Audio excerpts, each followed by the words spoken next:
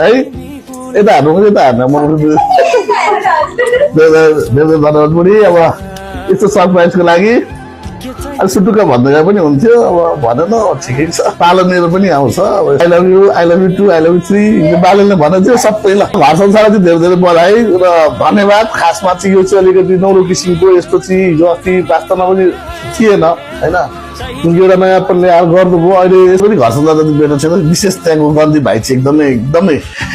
एकदमै मिल्ने होइन धेरै धेरै धन्यवाद उहाँको व्यवसाय एकदम फलोस् राम्रोसँग चलोस् यो नयाँ ट्रेन्ड चाहिँ अझ बढोस् होइन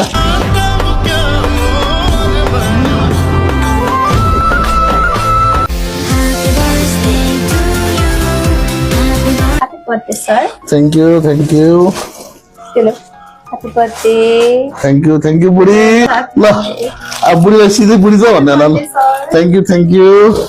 ल हजुरलाई चाहिँ जन्मदिनको एकदमै धेरै शुभकामना छ है त हजुरको प्यारो बुढीको तर्फबाट हजुरलाई जन्मदिनको एकदमै धेरै शुभकामना है त हजुरको प्यारो बुढीको तर्फबाट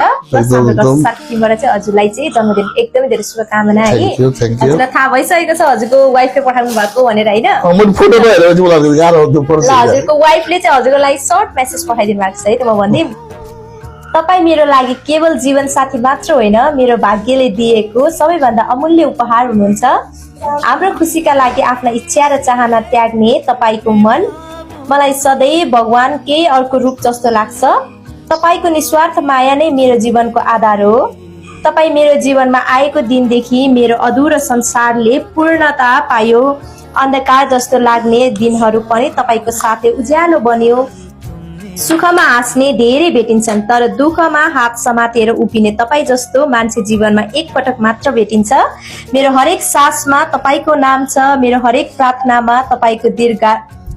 दीर्घायु र खुसी भगवानले तपाईँलाई सधैँ स्वास्थ्य सफल र सुरक्षित राखुन् म सधैँ तपाईँको साथमा तपाईँको छाया बनेर उभिरहनेछु जन्मदिनको धेरै धेरै शुभकामना मेरो जीवन मेरो संसार मेरो श्रीमानज्यूलाई भन्नुभएको छ धन्यवाद बुढीलाई यस्तो मिठो लाइन भन्नुभएको छ हजुर के भन्न चाहनुहुन्छ एकदमै के पनि भन्न अहिले भन्दिनँ म के पनि अब उहाँलाई भेटेपछि भनिहाल्छु उसले देखाएको माया